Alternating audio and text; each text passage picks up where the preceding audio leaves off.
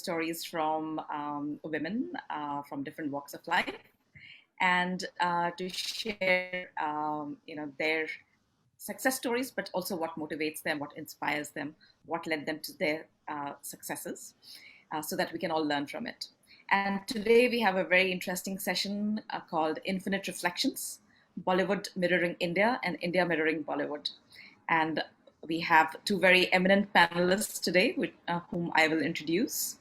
So Kaveri Bamzai is an independent journalist now, but has been in the journalism field for over 30 years.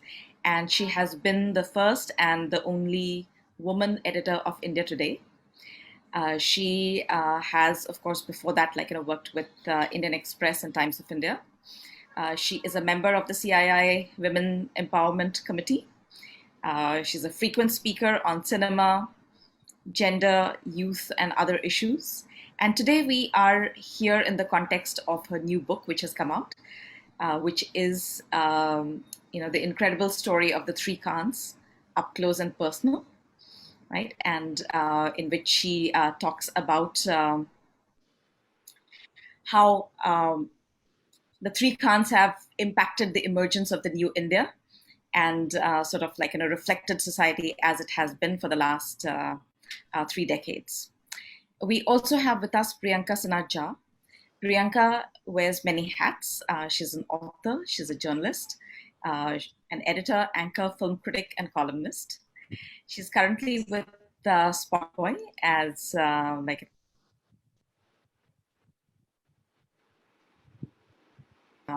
she studied journalism with Asian Age, Society, Hindustan Times, moved into being the editor of there for Hotstar, managing editor and Screen and Network 18. And her book, which had come out a couple of years back, is called Super Traits of Superstars, Success Secrets of Bollywood's Brightest. So she's taken inspiration from how the actors are and who they are and their journeys. And today we will unpack a little bit of her own journey as well. So, before we begin, obviously Bollywood is a very interesting topic. We all watch movies avidly and consume different kinds of content today across so many different platforms and channels, almost on a non-stop basis. We are extremely visual. We are very media conscious. And cinema, and when I say cinema to the broader extent, today we include content which is coming out in digital formats, online shows, OTT shows, and so on as well, and television. But cinema and movies in general, they are rooted in our history, geography, society, who we are, our politics, our values. All of them become a prism through which cinema gets crafted. And at the same time, cinema in its own right then impacts who we think of ourselves, what we think of our culture, especially popular culture.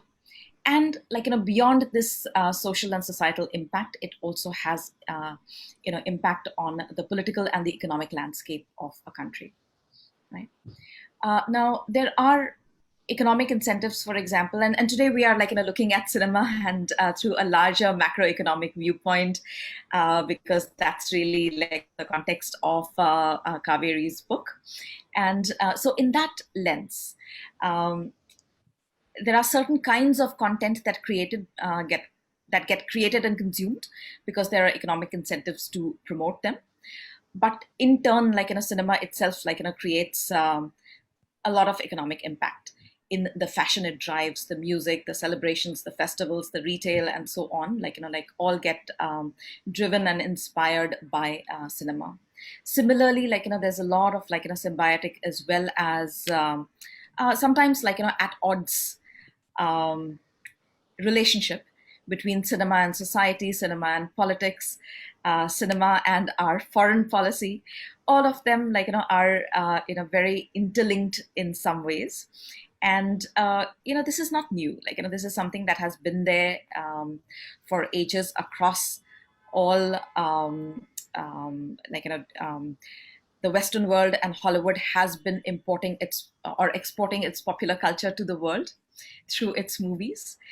Today, we are seeing the Korean wave and the Chinese wave, like exporting and creating like a presence in the minds of people around the world, again through entertainment.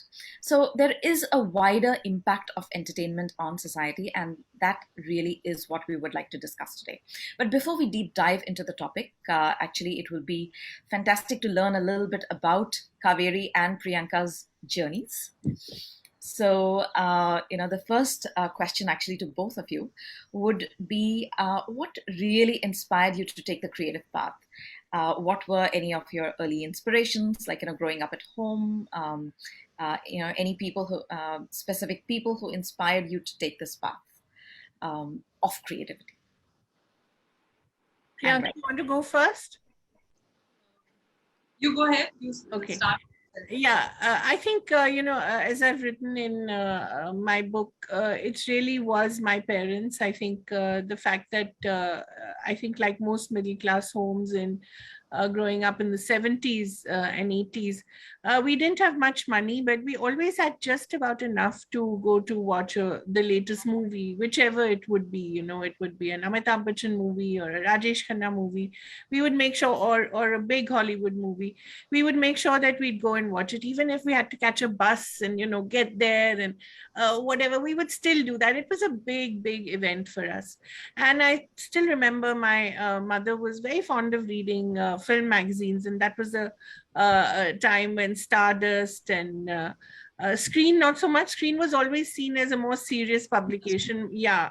But Stardust and Star and Style with Devyani Chaubal and Stardust with Shobha De, they were really enormous impacts. Much before Salman Rushdie, actually, I think Shobha De taught us to speak or to write English the way we were hearing it, and all those things like Garam Dharam and Zini Baby and or Kaka, all those things that these two coined, Devyani and Shobha they became really part of our culture. And I remember my mother would always say, no, I don't want to read these magazines. She thought that they would be a terrible impact on her two growing children.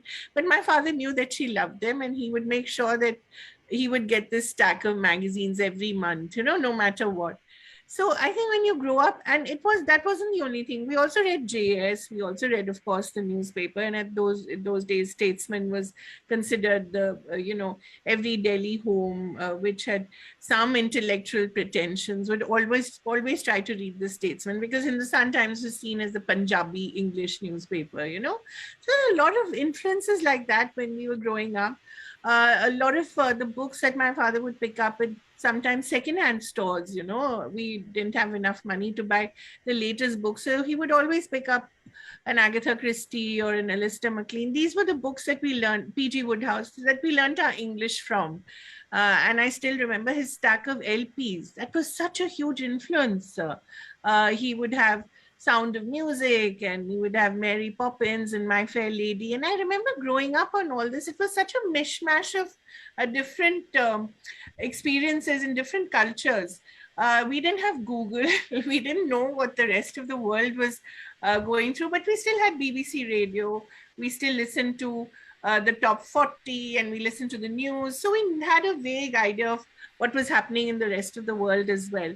So I think that was a culture one grew up with. So I'm not surprised I became interested in cinema. I mean, what else would I have done? I mean, how many options did we have in pre-liberalization India? In any case, you could, if you studied hard.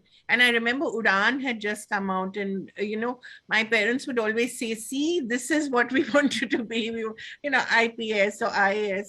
And of course, if you could do nothing else, and if your English was fairly good, they said, okay, just become a journalist, because there was a tradition of journalism in my family for many years as well.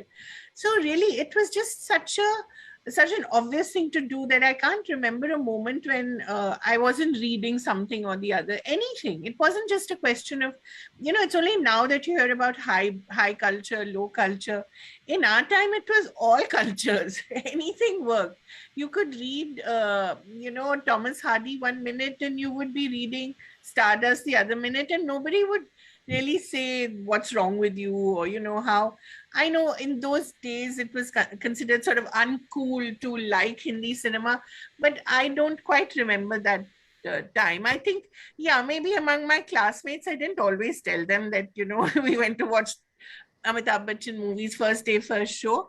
But we had the sense that there were a lot of cultures out there. There was lots of cinema out there, and those were times when we took the film festival very seriously. And if we were in Delhi, so there were these huge queues outside City Fort, and we would try and watch all these. Polish films, and we were introduced to people like Kislovsky and, of course, the French masters. So it was a wonderful time, I think, and I can't remember a moment when I didn't think that I would be a writer or a journalist. Writer is too fancy a word. A journalist, yeah, a sort of someone who just puts words together. You know, so many of those influences that you're talking about, I think these are all shared influences, Yeah. like memories that we all have of growing up. Priyanka, what about your journey? So actually, reading, like Kaveri just mentioned, it was a big part of all our lives, because I think the means of recreation were fewer. Television, we were granted access to television in a limited way. It was not unlimited television. Weekends, you were allowed to sort of just sit in front of the TV and binge watch, so to speak, back to back, whatever was on offer. And initially, I didn't really so my creativity didn't come as one day of enlightenment. It just happened or dawned on me. It was a process. I kind of wanted to be a lawyer at some point, and then I wanted to be a fashion designer.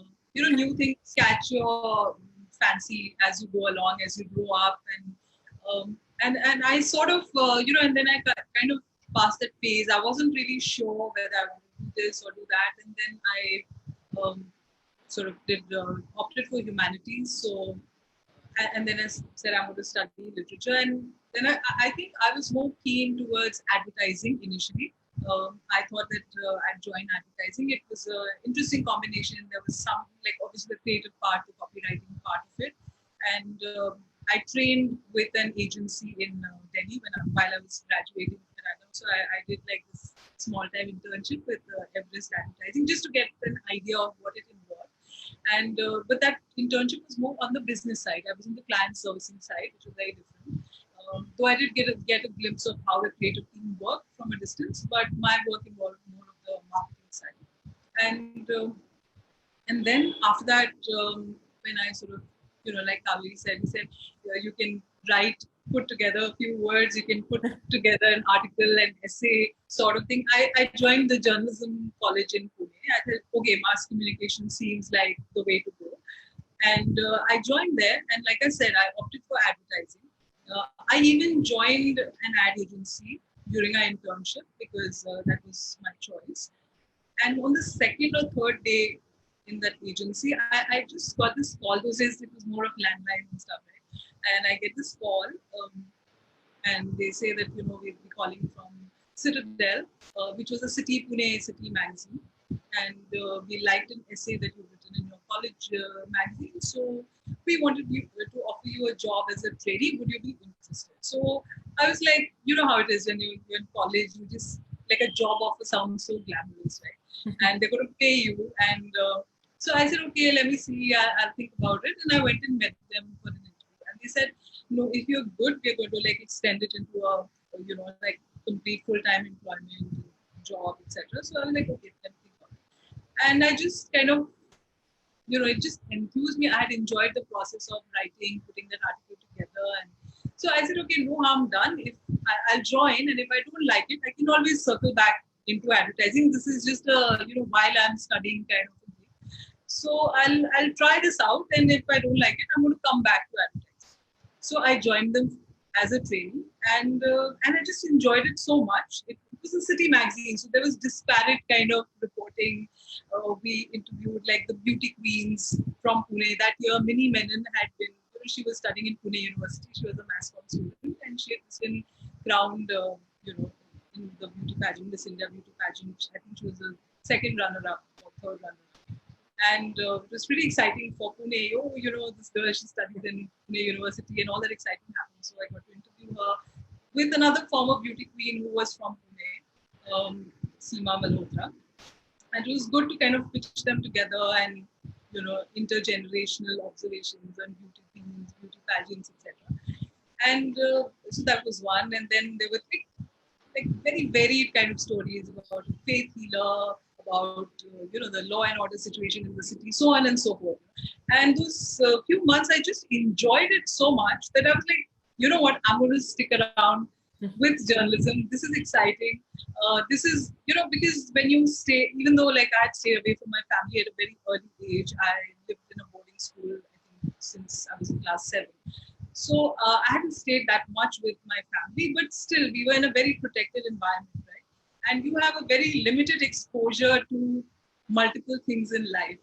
So this kind of, was like opening the doors to an adult life of a grown-up, seeing things that were well beyond my wildest imagination. And so this journey in journalism started from there. Even though my eldest uncle, my dad's eldest brother, has been a journalist and a writer. He writes on very serious political, social issues, Dr. Satyadanand Sinha. But like, I hadn't really ever consciously thought of emulating him or any such thing. And then like this job at Citadel in Pune kind of, just made me so amazed. And I said, you know what? In this job, I can sort of write about fashion and learn some about it. I can write about art. I can write about cinema. I can write about multiple things. So why not journalism? So after a few months, when I completed my course, I moved to Mumbai. I joined Asian again as a trainee reporter. That was more of news reporting and things like that, crime, etc., etc. And then I drifted into features and did a bit of movie-related writing. I wasn't sure whether I wanted to only write about movies, And I was like, I did a couple of assignments, of course, as everybody in the features team was expected to. And I was like, Kaveri, you would be able to identify with this. I was like, they make you wait so much, like hours together. I don't want to do this, And so I said, I don't want to do too many film interviews because they make you wait for 3-4 hours on the sets, and it's damn annoying because there's nothing. And those days, you didn't have mobile phones, and you had less mobility while you were on the job and accessing emails and things like that, right? So I was like, no, I don't think I'm cut out for this. So I did a lot of other writing on, like art and aesthetics and even socio-economic sort of stories. Like I did a story about the bar girls and their lives at that time. Pramod Navalkar had banned bars from being open beyond 8 o'clock, and it had hit the bar girls in a big way. So, a story of their lives and things like that, So it was, and I was very happy with it. And it just so happened that, as one moved along, the choices that you also make the choices from what's on offer, because being a middle class, from a middle class, educated, of course, where education is the biggest tool and the virtue and the strength that you have. You are very well aware that you need to make choices where you are able to financially support yourself. It's something which is always there at the back of your mind.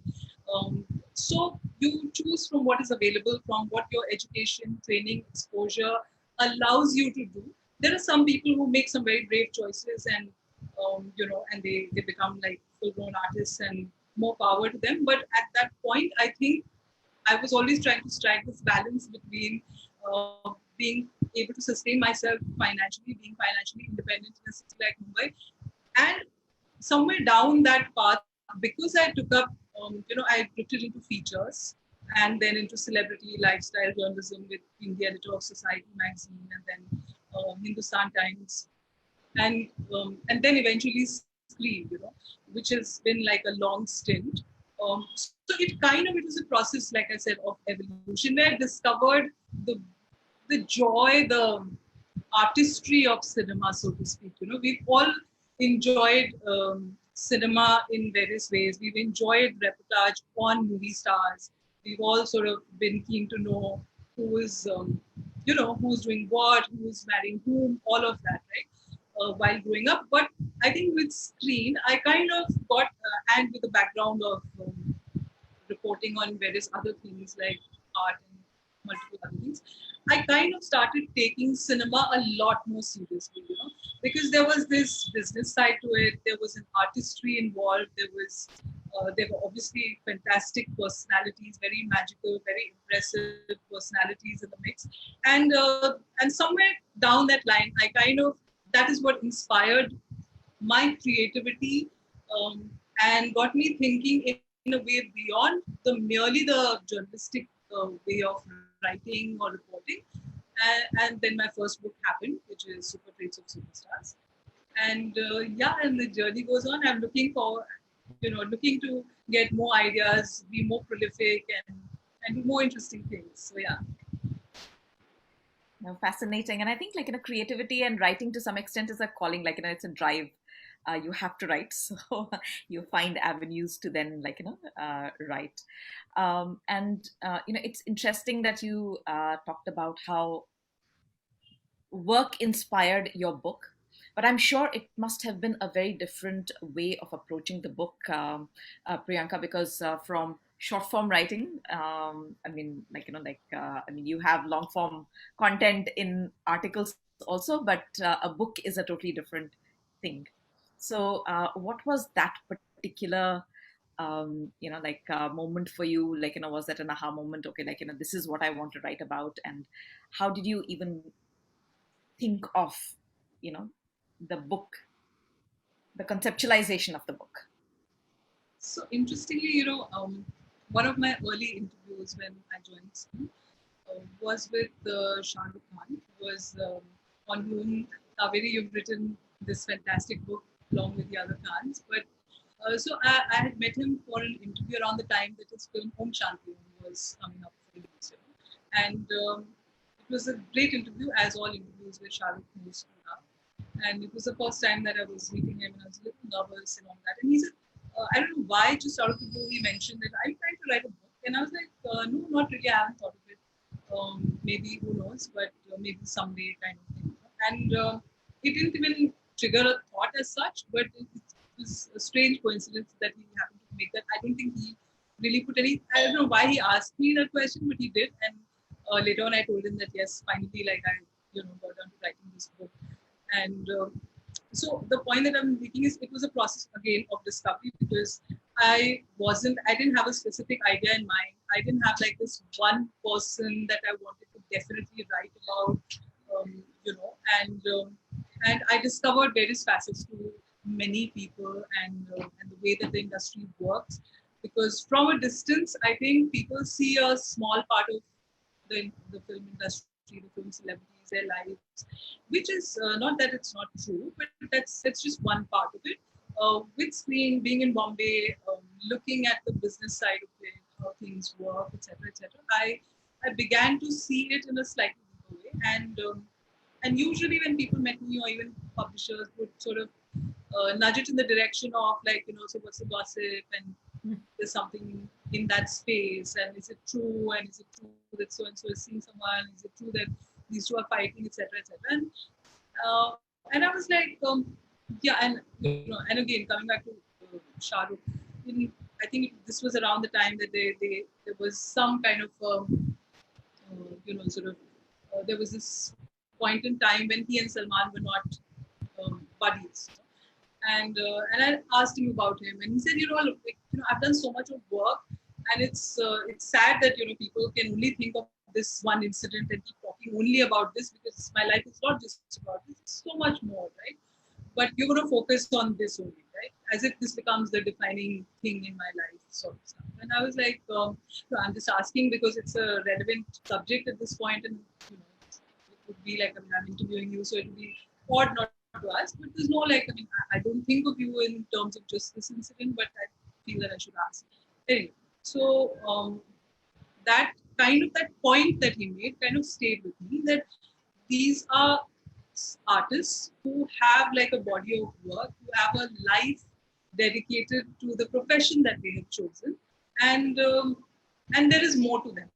than just the link ups. Of course, the link ups and all are there, and we all love to know. And I'm as keen a consumer of such news as anybody else. But to reduce them to just that didn't seem appealing to me.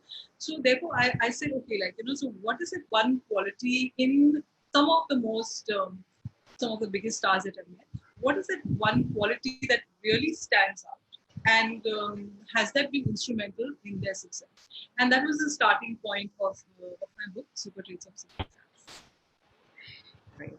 What about you, Kaveri? I mean, you've written across a wide variety of subjects, right? And from there, how did you choose, or why did you choose, like, actually to write a book in the first place? And how did you arrive at this? Was this topic, like, something that had been mulling in your mind, through observations over a period of time? How did it happen? Yeah, I was listening to Priyanka very closely, and it's very interesting. Her experiences are much more visceral than mine were, because she was in Bombay, and I was always in Delhi and sort of writing about cinema in Delhi. So I would, unlike her, I would visit Mumbai for maybe 2 days every second month if I had a story to do. And unlike you, Priyanka, I loved waiting on sets because, for me, it was such an unusual experience, coming from Delhi, film studios and studio floors are very interesting and alien, but also very exciting places to be. So I would have no problems in just waiting around and watching everybody, listening to everyone. And I would actually enjoy it a lot. But the book actually came to me because, I became editor of India Today in 2011. And as Priyanka knows, the higher you go up in the profession, the less you write. You tend to do more administrative work, and your writing tends to decline. And if you do write, it's usually very rarely, or only on something that no reporter or no correspondent or none of your editors can write, So I would write a column, but it was never the same thing as writing cover stories, which I used to really enjoy, or stories, which I enjoyed doing, especially in India Today, where cinema was always taken very seriously. And although it was always considered back of the book, it was really front and center of our imagination, and we've always had an editor. I mean, when I was there, of course, he still is the chairman, who was deeply interested in cinema himself. So it was never considered something that was just something that people read as pure entertainment. It was always looked at quite seriously, and not just the business of it, but the sociological impact, the cinematic quality. It was taken quite seriously. But once you become an editor, you do less and less of that. So once I quit journalism, not journalism, but active journalism, as in full-time journalism in 2019, I decided this was the time I had to sit down and write, my books. And I started with a book on women, actually, which is called No Regrets, The Guilt-Free Woman's Guide to a Good Life, which was a sort of summation of all my experiences in journalism and the corporate world, and sort of my advice, along with that of a lot of interesting women on how not to make the mistakes that I did when I was going through life, having children, raising them, trying to negotiate a better deal at work, trying to be heard at work. There's so many things that, a working woman has to deal with, which, and that trauma never ends, even when your children grow up, they'll still need you. You think you'll become an empty nester, it never happens. So your journey as a mother, as a working mother, never really stops. So that was my first serious book. And then I thought, this is something that had always been at the back of my mind, because I'd fortunately met all three of them and had spent some time with them. And I thought, who better than they really to tell us what we went through in the last 30 years? And that was really, in a way, I'm almost the same age, so I'm quite old. And in a way, my journey and their journey, my journey as a journalist is coterminous with their journey as actors and stars. And I thought it would be an interesting way to look at how India has grown, how they've grown, how they've mirrored India. India's, shaped them, they've shaped India. And of course, their movies have shaped all of us in so many different ways. And I thought, yeah, for good or bad, let me do this. Let's see how it goes. And yeah, so that was it. But of course, there are many, many other subjects now that I want to write on, which also I'm doing.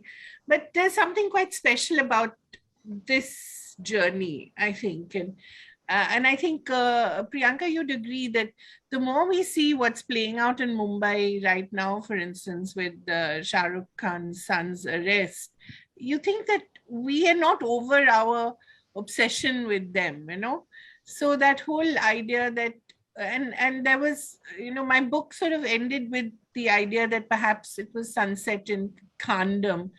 And I think it never will be, I mean, I think we're still quite obsessed with these three men who sort of came to us in 1988 in various ways. And imagine 33 years later, we're still obsessing about them. So there must be something quite magical about their movies and about them, the memories they've given us, and the continuing potential that their stardom has in a world where stardom has changed, as we all know. So there's something still quite unique about them. I was thinking, okay, that's one topic that we are avoiding this week, but oh no, how can you, Priyanka? Can you? I'm sure you must be deluged with inquiries, right? I think, yeah, it's top of the mind for everyone, because it's also the story of every family, right? I mean, everyone has happened to anybody, and exactly, it's just alarming the way that it's playing out. Yeah.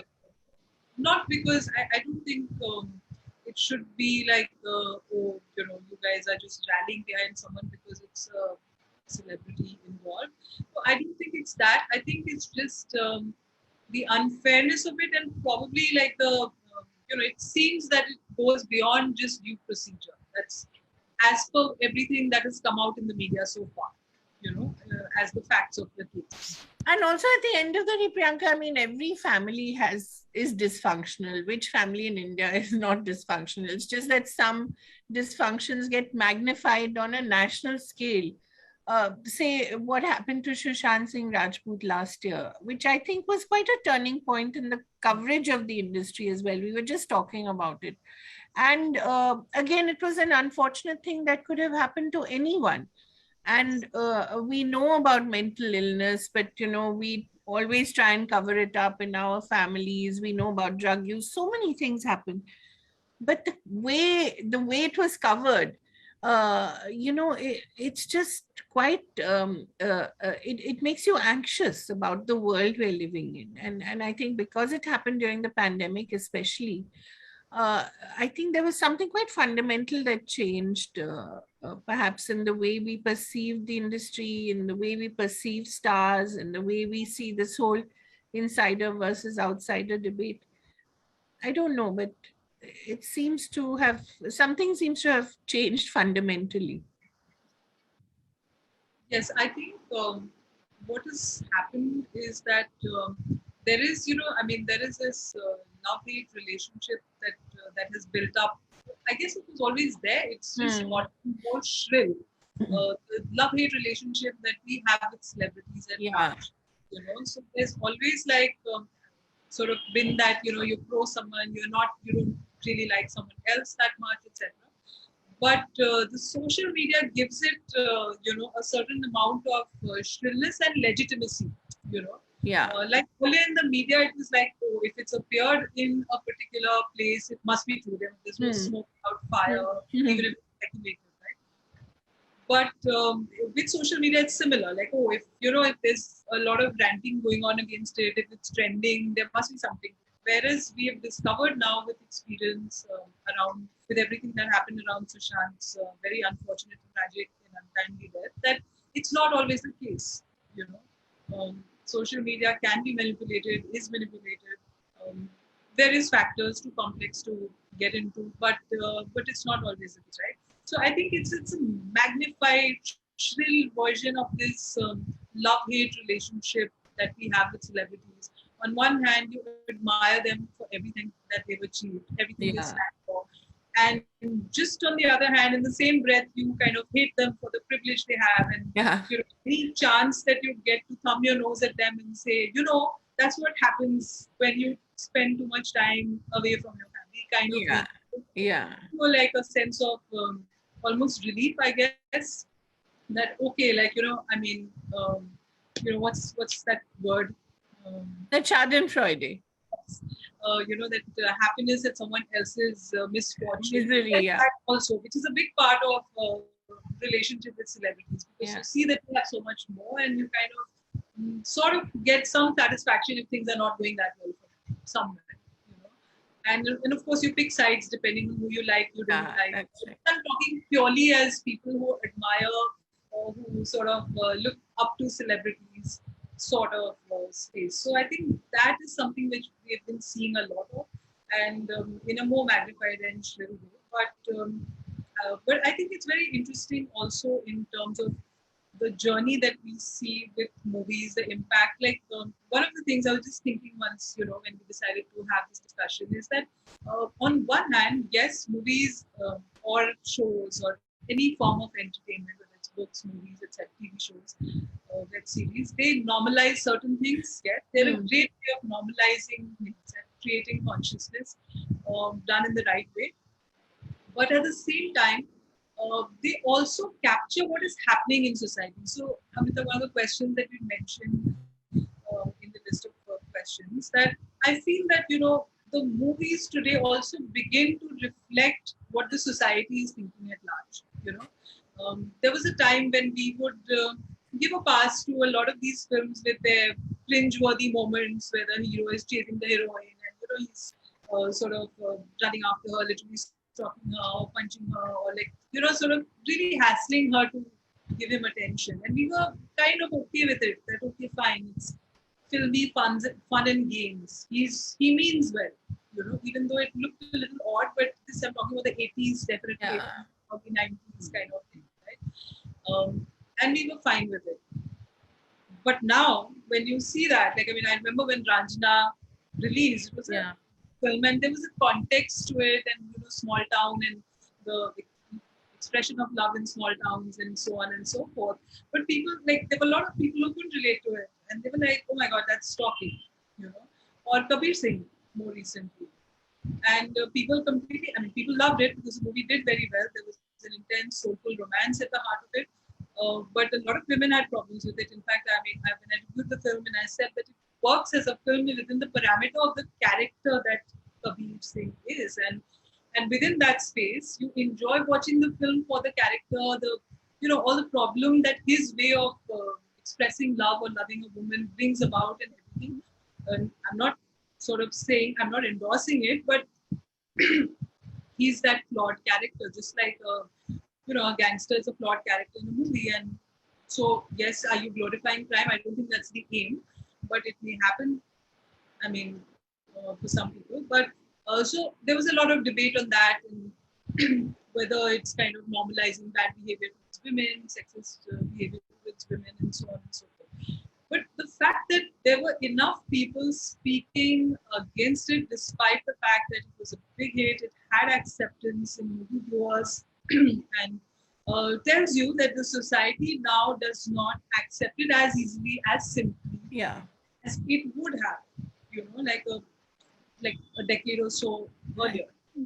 And to that extent, the society that we create also changes and shapes the art that it generates. It's a synergy. So if you, as an artist, if you're ahead of your times and you put forward an idea which the society is not ready for, it gets rejected, right? We saw that with a movie like Fire. Brilliant movie. But ahead of its time, perhaps. Like the society is not in sync with, and it rejected it. And it's like, oh my God, what is this movie? We should ban it. We should not watch it. We should not let people watch it. It's going to corrupt us, etc., etc. And today, like at least homosexual relationships have a lot more acceptance in our mainstream movies. Fire was typically not even a mainstream film in this. It was not a typical entertainer, so to speak. But now you see different shades of that sort of a relationship in our movies, and that's great, because that's another story that you can explore, and why not? Because the society is willing to accept it. Interestingly, on the same side, you now see a lot of stories which sort of explore mythology, the legends of various freedom fighters, soldiers, martyrs, so on and so forth. So I think in the new society, in this assertion of, let's say, a new, more, in this effort to assert a more empowered Hindu identity, so to speak, there is an emergence of different newer stories, different newer heroes, which perhaps, not that they were never there before. We've had, like, long back in the day, we've had your Raja Harishchandra and many versions of Ramayana, Jai Santoshi Ma, and like we've had those films. We've had like the run of our stories of India. Much enjoyed and loved and were very popular, and all of that. It's not like we've not had them, but I think people are keen to consume stories which kind of assert that identity of valor of characters, heroes, who were perhaps from a certain religious, ethnic group, because they feel that it's not been represented enough. So we see that, and I think it's because the society is thinking that way. You're seeing those movies, and nothing wrong with it, as long as you don't, you're free to choose your heroes and villains as you please. It's just that you need to be a little responsible about not demonizing people for the sake of it, is what I think. But you should be free to pick whoever you want to pick as a heroic character or not. Yeah, but I think you have to be careful of demonizing the other. Sorry? You have to be careful of demonizing the other, even as you choose your heroes. Absolutely. I think you have to always, I think what you should never forget, and I think it's important, as whether it's as news gatherers or whether it's as storytellers or artists or whatever, is that you should not lose sight of humanity. Yeah. Whatever the story it is that you want to tell, whatever the hero it is, whoever the hero or heroine it is that you want to pick, I think humanity is should not like be the casualty. And that's right. That is something that we always need to be careful of. Right. Actually, like of humanity, I think the biggest challenge right now sometimes is that the law itself and our institutions themselves are malleable. And that's what also gets played out through these celebrity cases that we see. But Kaveri, going back to your book and some of the specific insights that you can say, if we were this is really fantastic, Priyanka, what you're talking about, how society has changed today. And that's being reflected in the movies and the content of today. But looking back at this, the 3-decade journey, just walk us through a little bit of the insights of what was the symbiotic relationship between these, the three Khans and the India of then, the India of today, how they changed, how India changed. So let's go back a little bit into that history. Yeah, I mean, I've said this, of course, several times, but the three most influential movements of our time really were Market, Mandal, and Mandir. The three M's, and they all happened around the same time in the early 90s. And in a way, these three men sort of captured those phenomenon by not not overtly, but in a very subtle fashion. You see Shah Rukh sort of normalizing consumer culture, normalizing liberalization, allowing us to feel that it was all right to be both good Hindus as well as good consumers, you know. So that was a very difficult negotiation for us, because that was a time when we were not sure that consumerism meant, did it mean westernization or did it mean modernization? And there was always a difference, as you know, between modernization and westernization. And I think Shah Rukh's NRI characters, especially when you had things like DDLJ, they gave us a way to normalize this multiplicity of choices in the market that we now had. And you know, by his sort of portrayal of being a good son and a good potential husband and a good potential son-in-law, for instance, in DDLJ, he gave us a way to accept the fact that we could be both. We could be very good family. He could champion family values, as he did in subsequent movies as well, Kabhi Khushi Kabhi Gum, for instance. And we could also be, you know, we could also subscribe to the consumer culture, and there was nothing wrong in it. So it became very convenient for us to look at life through him. And I think when you look at his arc, it will show you that normalization of liberalization, normalization of a creeping kind of Hindu ritualization that appeared. You know, suddenly Karwa Chauth became a national festival. In my time, I mean, when I was growing up, I'm sorry, it sounds like I'm 100 years old, but when I was growing up, Karwa Chauth was something that was a very restricted festival celebrated by, you know, some women from the north.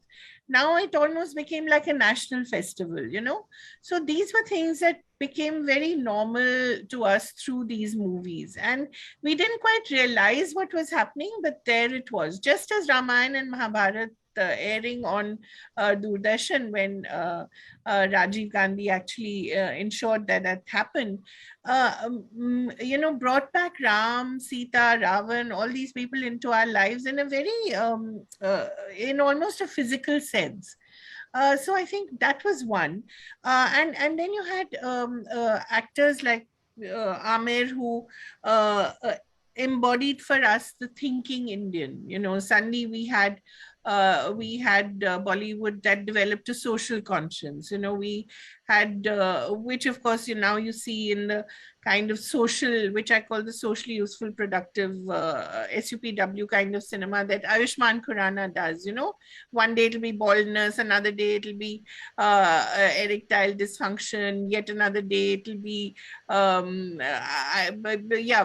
know, normalizing homosexual relationships. You know, so it becomes a kind of way of preaching a kind of way to be, which I think Amir, through his cinema, allowed us to imagine what we could be as a middle class. That's why he's always the thinking man's actor, you know, the thinking man's star. And as far as Salman was concerned, he performed a very important function, I think, for large parts of India, which felt disenfranchised, which felt that, you know, where, okay, liberalization happened, but hello, it didn't really happen to us, you know. So the small town, the so-called Mufassil Indian got left behind, and he didn't want to be left behind. He wanted to be represented on screen. He used to be represented on screen by, say, Mithun Chakrabarti, or, you know, he used to be represented on screen by Govinda. And suddenly he just disappeared from the screen, and everybody looked so good, and everybody had six-pack abs, and everybody looked like Hrithik Roshan. And where did this poor Govinda fan and this poor Mithun Chakrabarti fan go, you know? And that fan came back in, I think, after Dabang, and after Salman Khan realized that there was a huge market out there which loved him and which forgave him his endless encounters with all sorts of trouble. And he just went for it. And you can see it in his rising graph with some very, very good movies also, like Bajrangi Bhaijaan. And so in a way, these three men for me told us how to be, uh, and they validated us on screen, and they influenced us off it. I think a lot of people were more influenced by Shah Rukh, especially in the last 10 years, where his cinematic choices have been less than wonderful. But they always were influenced by the way he spoke off camera, off screen, his interviews and his speeches. They always reflected a very intelligent man, a very thinking man, which is why when Star Plus had to launch TED Talks in India, they chose him. I mean, who else would they choose?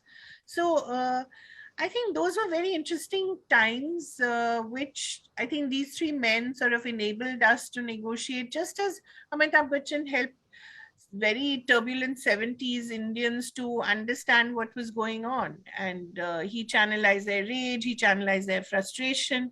Rajesh Khanna, a little before that, was still sort of a little of the 60s, the sweet 60s kind of romantic era that we lived in. And of course Shami Kapoor helped the 60s man to see a version of himself that he could be, such a flamboyant character.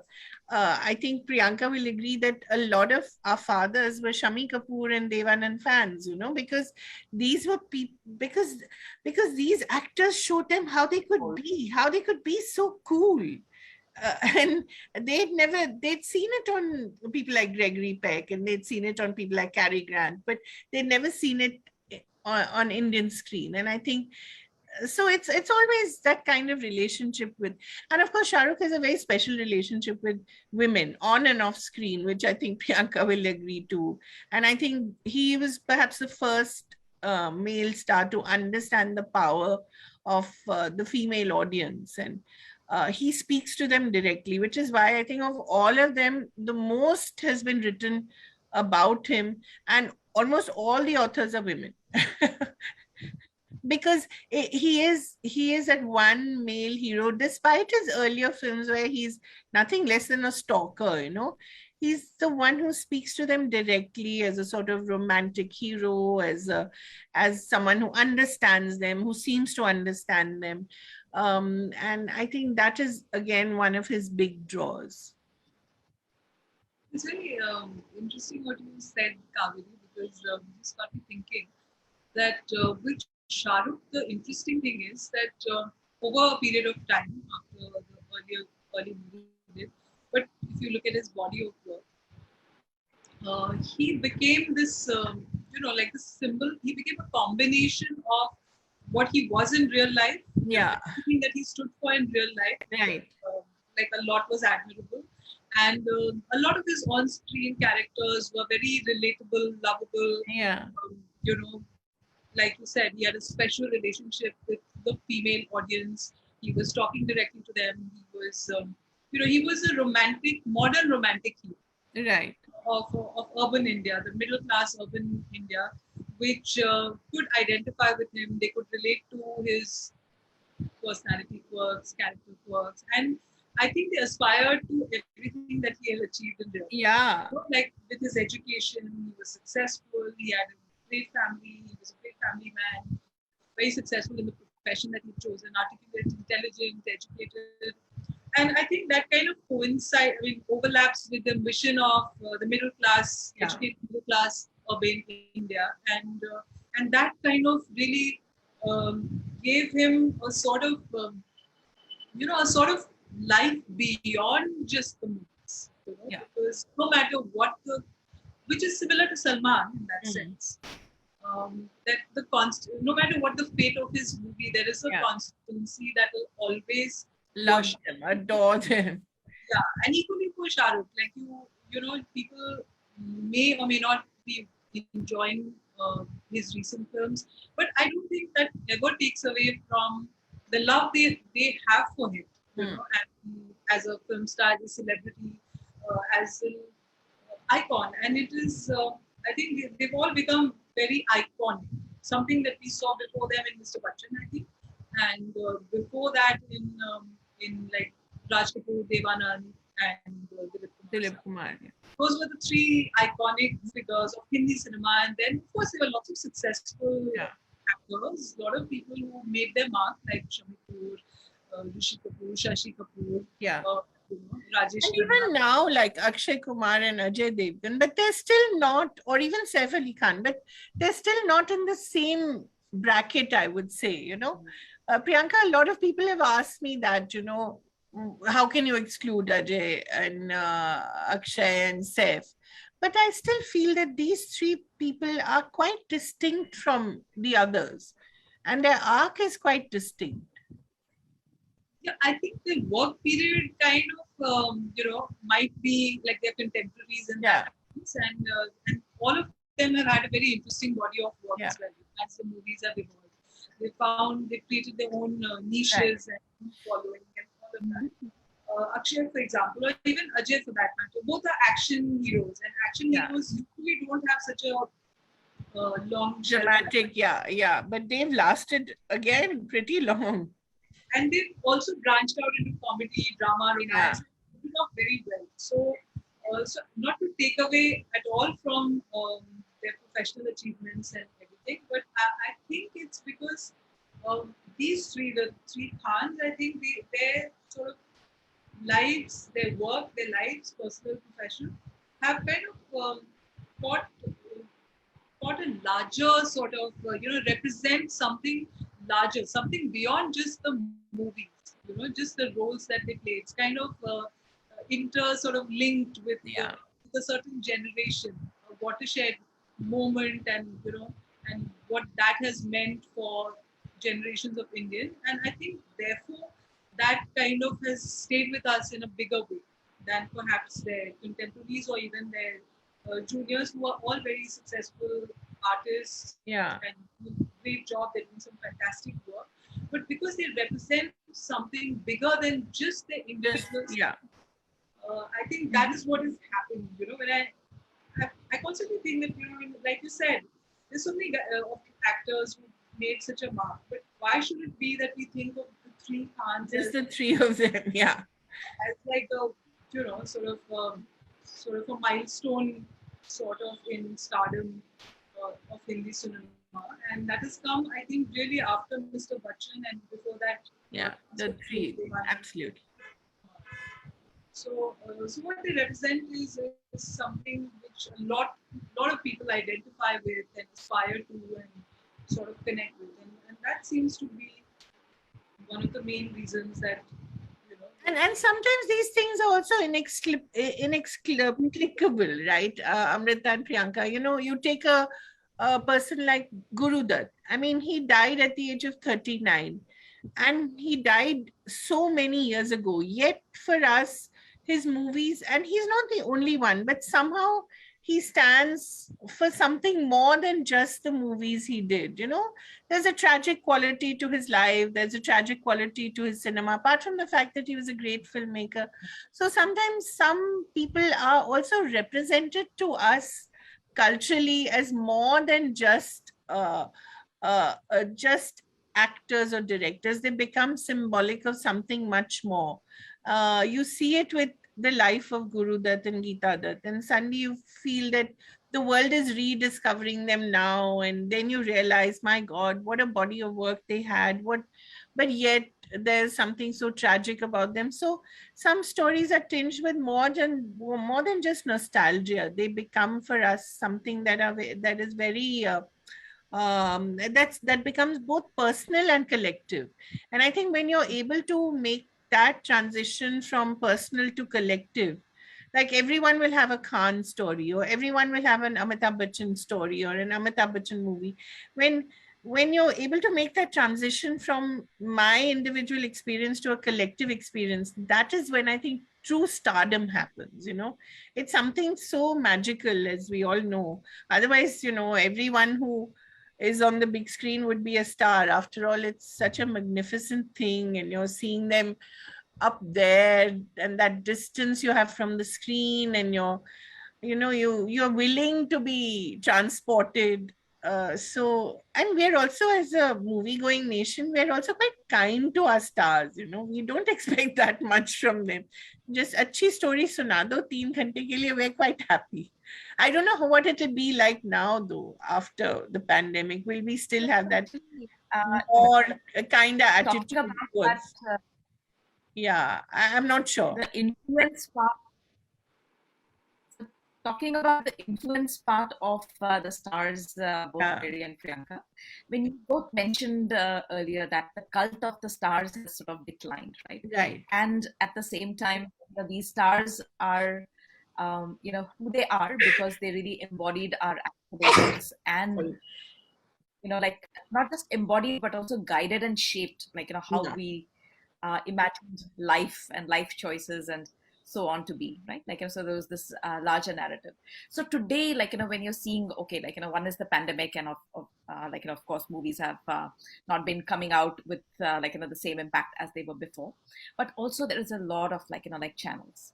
There's a lot of content out there. There are so many like, actors, so much content, so many themes. So in this, like, sort of melee and melange of like, influences, how do you see like, things that will stand out or are standing out that are really impacting today's youth, right? So the 20-year-olds and the 15-year-olds of today who are probably being shaped subliminally by cinema. What do you think, like, how are these nuggets being sort of polished at this moment? Priyanka, you want to take that, and I'll step in. So how the young are being shaped by cinema? By there's a lot of content, right? Like, and there's a multiplicity, there's pluralism, too many ideas. So how does one idea, like, are there any standout ideas that impact people today? I think that there is a case for saying, I don't know, this is my personal view, that you should, I think people should not like specifically look at cinema or form of art as a way of change, like influencing their lives. Art does change the world in many different ways. But like, I don't look to a movie or a movie star personally to change my life, with that purpose. But like so many things in life, they do impact you. Of course, you take away something if there is something meaningful or not. Like, it can be something as maybe it can be something as superficial as a fashion statement, right, or a hairstyle or something. So in that sense, yes, cinema does sort of impact, influence youth or the audience at large, right? I'm not saying that it doesn't, but to go to a movie to specifically look for a particular thing to change your life, I think that's not necessarily the way that I would approach cinema or an art form. Having said that, I think there are some, when you make a good film or when you tell a moving story, it just does so much that it's, because good cinema is pure magic, nothing less. And like, I watched this film, The Lives of Others, and Big Macs. These are two films that unexpectedly, they were not movies that I would sort of gravitate towards and so on. I watched it at the film festival, both at some film festivals, and it just blew my mind. It just got me thinking at so many levels, and it's not that my life is about like Big Macs is about this whole arms race and how that sort of, so it's a fictional story told in a very innovative way. But so it got me thinking about that issue. Not that I've started writing about arms race or something, but the fact that I, somebody like me who doesn't really report on it or whose work or life doesn't involve that part of, that part of our world or that sort of particular activity, but it still got me thinking, and it got me aware of this particular, sort of conflict, so to speak, and that the fact that it was told in the story form, kind of, it just broadens your horizon. It pushes you to look in corners which you were not aware of, which you didn't think of, which don't naturally come to you. So in that sense, cinema can be very uplifting. Currently, is there such content which is very innovative, very path-breaking, very uplifting? Um, I would say, like in the last couple of years, it's been disappointing at large because we've not moved beyond superhero gimmicks. Even at a world level, Hollywood and stuff. And there've been some movies, of course, Korean films. There've been those oddball films which have been interesting, but not really path-breaking that we saw a few years back. Around the turn of the day. Human stories. Like, I'm not saying special effects and this and that. And there's a lot of that, but like stories that completely life is beautiful sort of stories that just blow your mind. I haven't seen too much of that. Abhi, what's your view on it? I mean, this is purely mine because I've been like, for various work-related things, the awards and stuff like that. Like, I feel that generally in the last couple of years, it's not really sort of hit the ball out of the park. Yeah, the other thing, Priyanka, is that our generation, as I was saying, was far kinder. I think the new generation is far less forgiving than us. They've been exposed to so much of content from all across the world. Their standards are much higher. What they expect from storytellers, especially in India, is now so much higher that it's very difficult to be a filmmaker in India right now. And I wonder, when these movies that were actually thought of maybe 4 years ago and were waiting for 2 years to come to the screens, the movies that are currently going to start appearing in halls from 4th of November. I wonder, will people still relate to it in the same way? The ideas are far older. The way the stories are told are also in a certain cliched way. Will they still work? If they work, then it shows that we really haven't changed. But I'm not so sure, because I think when you see things like, say, cultural phenomena that are taking place, say like a Bridgerton, or a Squid Game currently, the oddest things become so popular, and you wonder what is going on culturally among people, that across nations they can sort of be united by things like this. And it used to happen in our time, sorry again to sound like 100-year-old, but it used to happen with, say, the Bond franchise, and then it started happening with the Marvel and DC universe. But increasingly, I think because of the multiplicity of platforms, the kind of audiences have also become deeply segmented. Uh, and yet there can be some cultural moments like a BTS concert, and it doesn't have to be just entertainment. It can be a sporting event. I mean, sports is as much of a cultural entertainment. It can be a sporting event that unites people. It can be a BTS concert that unites people. It can be a Squid Game that unites people. So the oddest things are now becoming entertainment. It can be Britney Spears's hearings in court that can unite people. So I think it's a very interesting time where there's so many different kinds of stories being thrown at you: real life, documentary, reality shows. You look at the popularity of Big Boss. I mean, you can't deny that people are watching it day in and day out. There's so much going on, that it's going to be very tough to be a star and a universal star in India or anywhere in the world at this point. And I think at this cultural moment in history, I don't know, maybe 20 years later, we'll look back and I wonder, who will our stars be from this moment? A Squid Game character or a Pokemon or whatever? I don't know. Yeah, I think it's like a lot happening. So we are sort of We've gone 15 minutes beyond what we had said, but we can probably carry on for another 15 minutes if that's okay with you. Yeah, okay. No And then problem. wrap up. Yeah. Okay, great.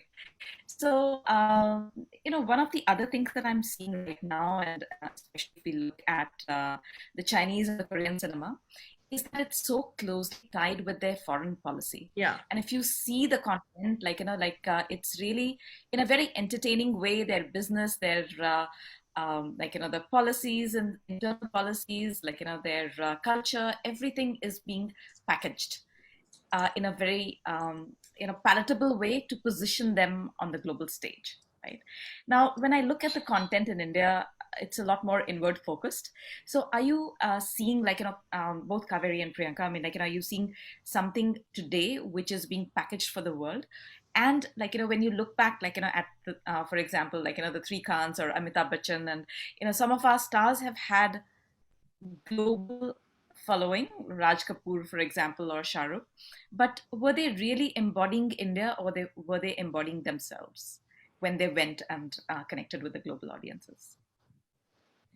I think this is where I think we're at a very interesting juncture.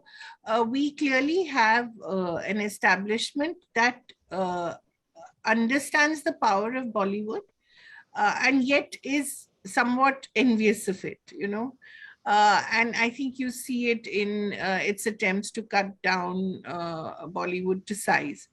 But at the same time, they know exactly how powerful it is. And if you recall, the prime ministers often said that Bollywood should make nationalistic cinema. There was that whole meeting with Rajkumar Hirani and the idea that you have a more nationalistic and a more wholesome cinema being created.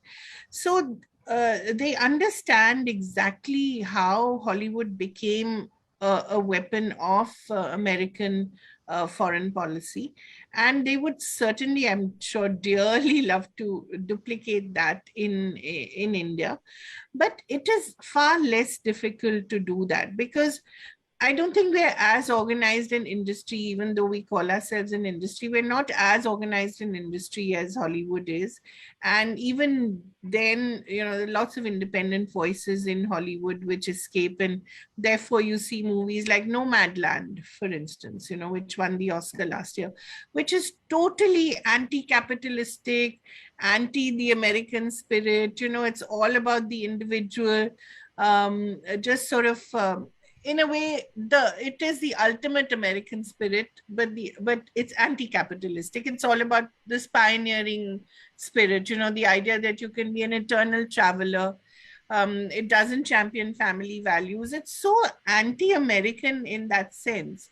So even in a capitalistic industry like Hollywood, such voices can and do become powerful. So in India, which is far more random and far more disorganized, it's very difficult to police everybody and tell them, okay, now sit down, children, and make this kind of cinema. Of course, there will be attempts, and you see that, you see in all the groveling that is taking place in the name of movies and certain kinds of movies being made. But it's a tough thing. And I feel that when you talk of people like Raj Kapoor or Amitabh Bachchan, and you still go to various parts of any country, you go to Egypt or Russia, and you still get people who will remember Raj Kapoor and Amitabh Bachchan. But they do in a way carry India. I mean, they do become emblematic of India. Yes, they're emblematic of themselves. They are themselves, but they are also emblematic of India. And they will always be that. I mean, Shah Rukh Khan will in Dubai always be a Pathan, but he will also be an Indian Muslim, and that joke of his, which poor fellow, now I think I know how he can repeat it anymore, that, there's one good Muslim, there's him, and there's one bad Muslim, Osama bin Laden. So there's also that sense of the secular ideal that these three Khans carry with them, and Shah Rukh more than all of them because he's much more of a global star. So, but I think it's not as organized as the soft power of Hollywood is. And that is something that the establishment would like to see more and more. And that is quite clear. So Yeah, I agree with a lot of what Kaveri is saying. But the interesting thing about stories and building a culture is also it's somehow in a strange sort of poetic justice maybe. No matter how much you try, it's you cannot like propaganda does not. I've not seen it in history, work in history, in history either. Propaganda somehow doesn't translate into good art. Yeah. And if you don't have good art, if you don't have, when I say good art, I'm talking entirely in very populistic terms, like something which appeals to the heart, which you respond to at a very emotional level. Right. You can with at a very emotional level. If it doesn't have heart enough, it's not going to find takers. It's not going to find enough following. You can make all the movies, write all the poems. Like, see, it's not new. I mean, we've read history where there were court poets and all of that across regimes, who were encouraged to write in the glory of the regime, the emperor, so on and so forth. It's been a common darbar practice, and so that itself is not new. But unless it is great poetry, it's not going to find currency. It's not going to survive the test of time. That's right. And I think that's where it kind of begins and ends. Like, you cannot just pure propaganda, painting by numbers. You can have successful films. Some of these films may become successful. They might have takers. They might have an audience. The audience might enjoy that film or that story or the book or the poetry for what it is, and in that moment. But I think they're also forgotten unless there is a deeper meaning to it. There is a sort of there's a craft to it. There is a very emotive appeal to it that genuinely strikes at the heart of people. So whether it's China or it's Korea or wherever, I think they're going to face the same problem because this is not new. It's as old as the history of mankind. And yes, like when not enough facts are like people say history is written by the victor and so on and so forth. So maybe unrepresentation of a certain side of facts that can alter, but that is not what art is, right? And no matter how much you try to sort of make people pick sides, they will pick what they genuinely like or they don't like. I mean, like as a critic, I can tell you that there have been movies which like I thought were terrible, and I've like sort of tried to discourage my family or like, oh my god, it's not. But if they've liked it, no matter how much I try to sort of tell them it's not good because of this reason, this is inferior, the script is very inconsistent, blah blah blah. They don't care. They just like it. Yeah. It's something like that. I don't think it's you can capture propaganda can sort of sweep over people in terms of movies. I'm saying other things apart. So yeah, I think good stories, good movies, they will appeal to people for very emotive. Yeah, and the other thing, Priyanka, that you can't force diversity on an industry. I think you see this happening in America now, where 1 year suddenly you'll have an award show that is full of diversity, and another year they'll go right back to what they were like. So you cannot really force it on people. But if you have a unique story like Bridgerton, which is actually in its telling in the books, it is a very white community, but suddenly you have blacks, you have Indians, you sort of mix it up. It becomes exciting and innovative, and it captures people's imagination. It may not be great art, but it is great entertainment, and that's exciting. But uh, uh, that comes by because you have a filmmaker, you have a creative person like Zonda Rhimes behind it, and she doesn't believe in diversity just because of quotas. She genuinely believes in diversity, and she genuinely wants to see people like herself on screen. And it's only when you see people like yourself on screen that you think, okay, yeah, I can be that. Why did Masan touch so many people? Because it talked about say the domes. I mean, we had never seen domes being shown like that. It talked about, young small town women who behaved just like us. And, we thought we were very posh and in very urban and urbane settings, but they had the same feelings, they had the same desires sexually, financially, whatever. So a movie like that works because suddenly we see people like ourselves who may not look like us, but they behave like us, and we relate to it. But yet they bring in so many more diverse experiences and diverse caste or gender.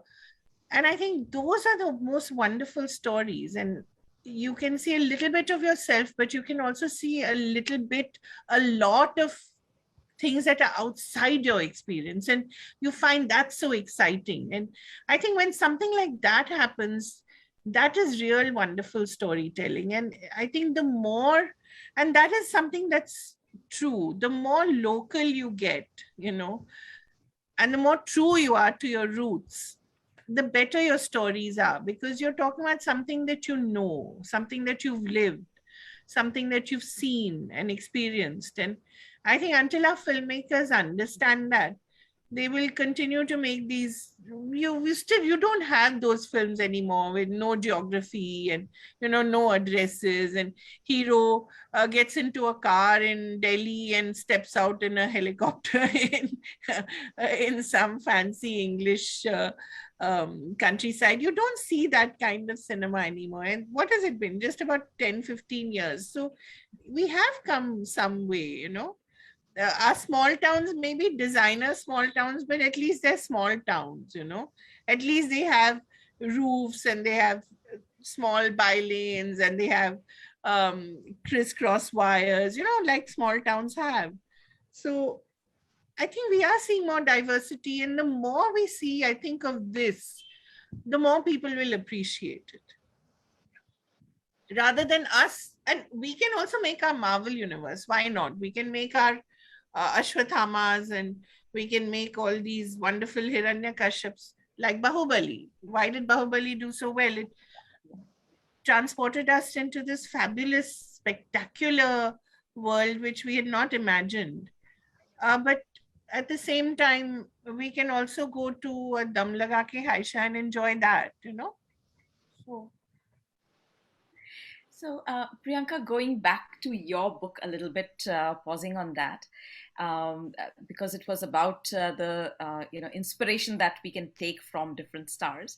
So let's actually talk a little bit about the specific qualities that they have embodied, that you've identified, and how they have perhaps shaped people around us or individuals. Yeah, so thanks, Amrita, for that question. Yes. Actually, as I said, it was when I sort of thought about writing a book about film stars, and I felt that there was enough that was admirable about them, as you would find in, say, a corporate honcho, or leading political leader, or a sports person. And it's just that they were so sort of, we always view them through this prism of gossip and scandal, Yeah. and look beyond. So the effort was to, and things that I had observed firsthand, and some of it which I had heard from fellow journalists and various members of the film industry, and I kind of captured that sort of into this self-help book, like Discipline for Mr. Bachchan. Now it's an open, widely known secret that he is absolutely very disciplined. Reaching a place on time is just one part of that discipline. But everything that he does in his life has such a strong element of discipline. Now, discipline is a very universal phenomenon. We can all imbibe it for ourselves to the extent that we want it. So that was one of the super traits, as I called it. In Shah Rukh's case, it was passion, because the kind of passion that he brings to the table for his work, for everything that he does. He's so in the moment. If he's speaking with you, he's doing an interview with you. He's so there. He's 200%. He spend as much time as possible to make that interview very meaningful for you, very very interesting for you. And he really makes that effort in terms of making it a memorable experience for you. And that's something as mundane as an interview, because when I say, I mean, interviews are great opportunities, but when I say mundane, because in the course of film promotion, it can get mundane because you're doing interviews back to back and so many people, etc., etc. But still, there will always be that effort, whether it's a press conference. But that's a very small part of it. But even in terms of the larger work that he has done in terms of movies, his teams, etc., he's always brought that passion for what he's doing. Like, he's not happy doing it at a mediocre level. From his whatever he's capable of in terms of pulling out all stops, he's going to bring that to the table, and that to me was very admirable. Because I've never seen him with regards to any of his film or anything that he's undertaken, saying, I'm really not so keen on doing this, but whatever, I'm doing it. Or it's always like he's all there, like he's going to everything that he can do to sort of make it the biggest, best thing possible. He's going to do it, right? And that is something he brings to everything that he does. And that to me was very admirable again. So I just thought of like Aishwarya Rai Bachchan amongst the heroines that are featured in the book.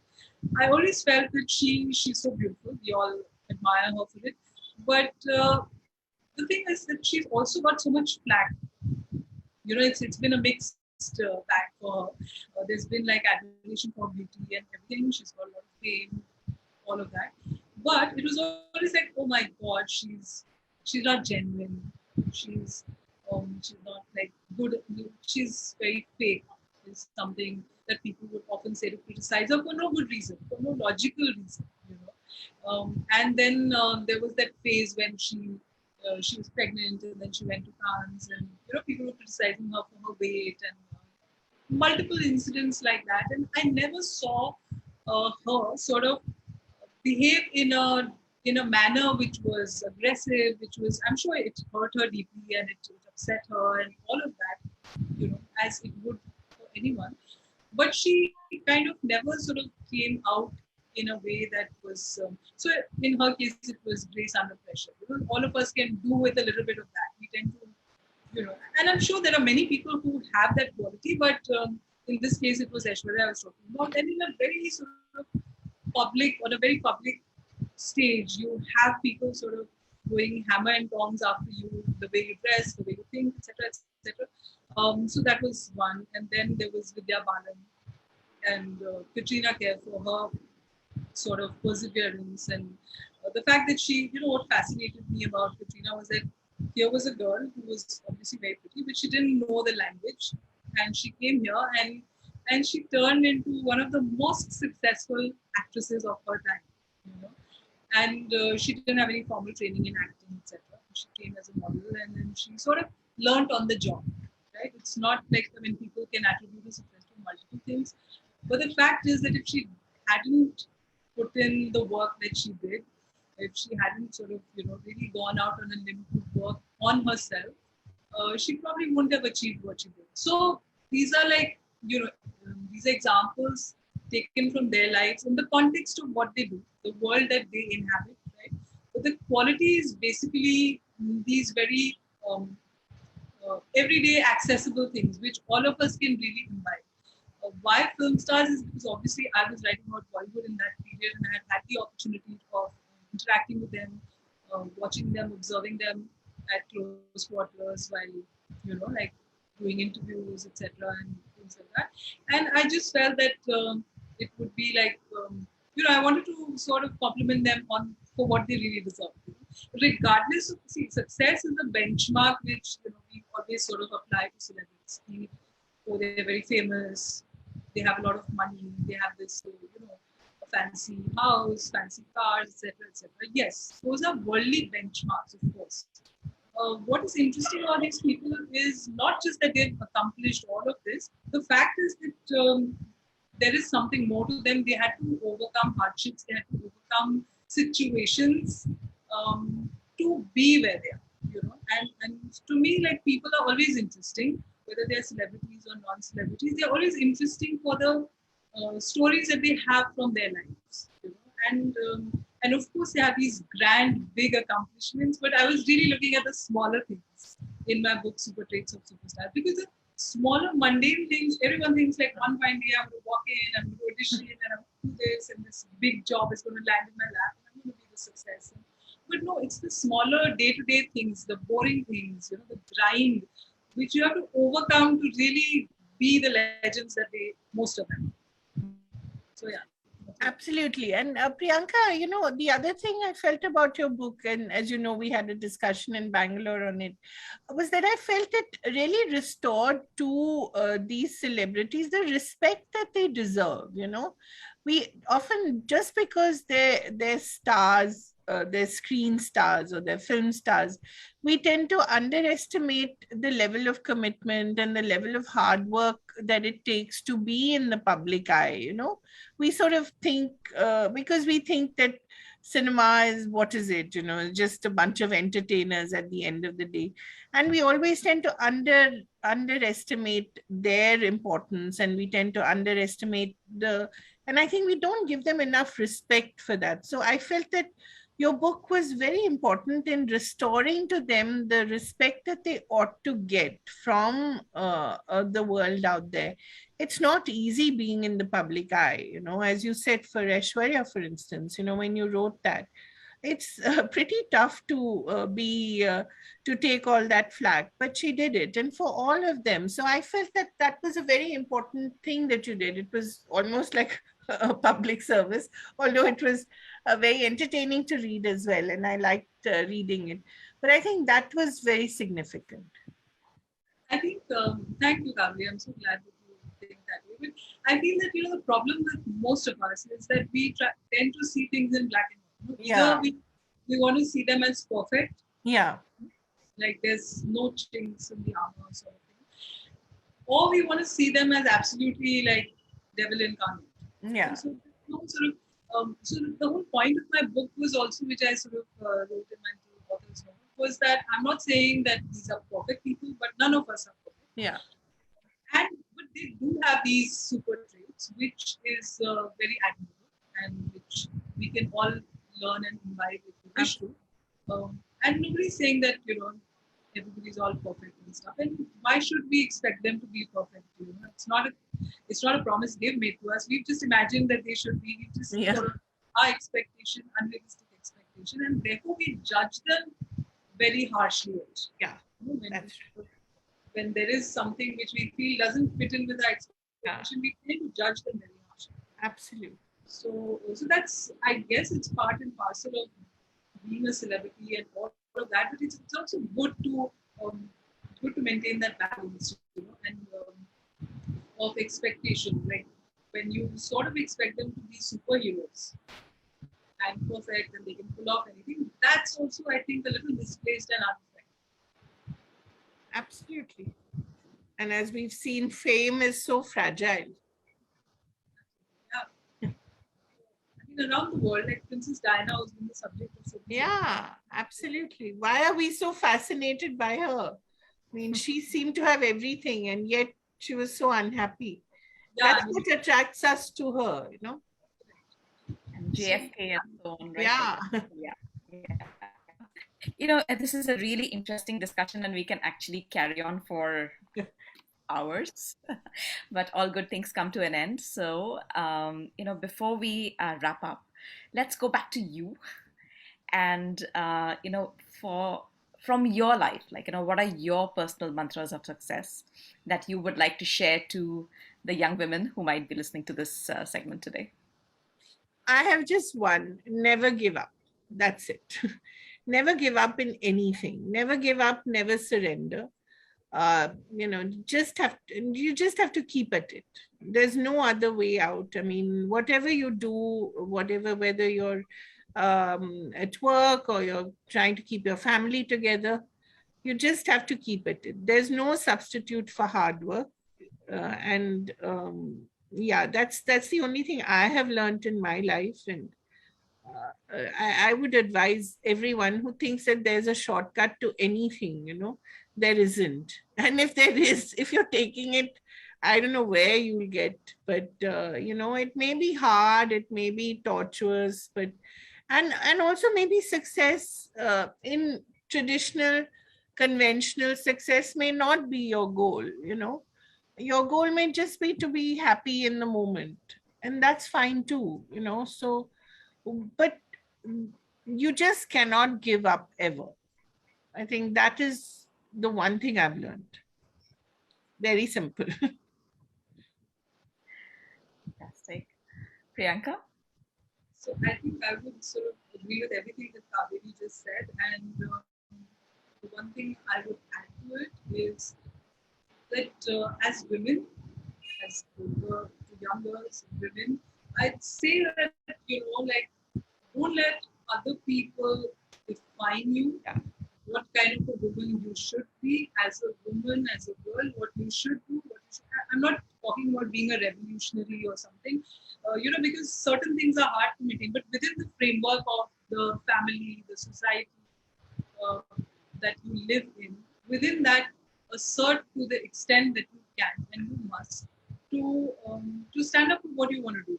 And it's not just your family; it's yes, your family, friends, place that you work, etc. I mean, it's so often that as a woman, working woman, one is sort of dismissed. People are usually dismissive, of women at work. Not maybe it's an unconscious bias, but people can be dismissive. They don't think that they never feel that you deserve. Yeah, whatever you do. Not lucky, like you were just at the right place at the right time, and somebody just decided to hand it to you on a platform, step your way up or something, right? So there are all these kind of things that are, this is the only way for women to succeed. You need to be like, take the standard route of sort of maybe looking good, and God forbid if you look halfway okay, and should you be doing something, should you have ambitions beyond, you'll forever be a bimbit. You'll always get typecast, you'll be stereotyped. Like, I think women tend to get stereotyped more than men, I think. And there's also a lot of women also, because I think they've internalized so many of these stereotypes of what women should be like. They don't help each other enough is something. So because yours is a platform like this, and I'm so happy that you had me as a part of this discussion and Discovery's book, so it was even more special. I've always been a big fan of her work and all her writings in Italy and your work as well.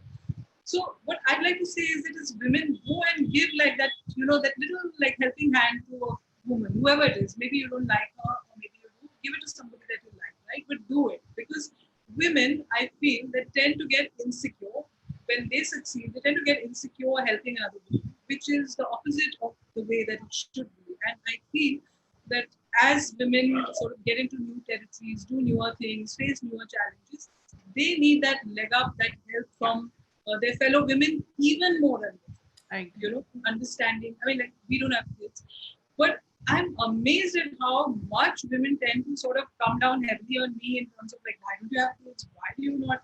But you must.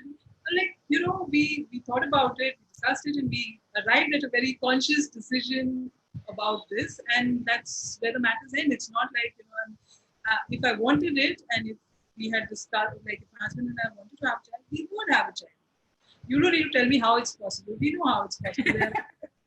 We know how it's done. Okay, give me a break. Like, I thought this through, and no, but when you go old, you'll have. I'm like, sure, those possibilities are there. So, but now that we've decided on this, we have to think of how we are going to spend our old age and etc. etc. Right? But I'm just saying that when you keep enforcing, it's one thing to sensitize and sort of, like if my parents tell me, have you thought it through properly, etc. That's one thing. But this conscious pressure that we put on women if they make different choices from the conventional choices, what we are accustomed to, is not always helpful. It's good to sort of say, okay, these are the merits of this choice and demerits, but when people go on and on about why it's not the correct choice, that's not helpful, because women are now stepping into newer situations, which is in continuum with a process that was started by our grandmothers and before that. But it's different from where that was, right? And I really feel that, as I'm growing older, I feel more and more strongly about this, and I articulate it at every given opportunity to the girls and the women that I work with. That go do your bit. You don't necessarily need to be like a CEO or whatever, but in the capacity that you can help a fellow woman, and in whatever way possible. And that's something I'm trying to do myself, trying to practice what I preach. And yeah, so I think that's very important as we get into newer territories, to sort of give that push to each other and say, you go girl, you do this, I got your back. That's really well said. That's very well said. I think we don't do that enough. You're right, Priyanka. There are two things we don't do enough. One is to stand up for ourselves, and two, to stand up for other women. And we need to do both of those, because if we don't stand up for ourselves, nobody else will. And if we don't stand up for other women, nobody else will. I mean, the men will not. It's a very rare man who'll stand up for a woman. So, yeah, I think we don't have a choice but to do more of it. Absolutely. Fantastic. So I think, yeah, I couldn't agree more that it's a story of solidarity. And as you said, it's a continuum. We have to keep going on and keep striving and do more. So thank you so much. Both of you. Thank you. It's been such an engaging discussion. I mean, Bollywood obviously captures each one of us, in our hearts and minds in many, many different ways. So really fascinating. And thank you for being here. Thank you so much, Amrita, and thank you, Priyanka. It was so nice to talk to both of you. Really enjoyed it. Thank you. Bye. Bye. Bye-bye.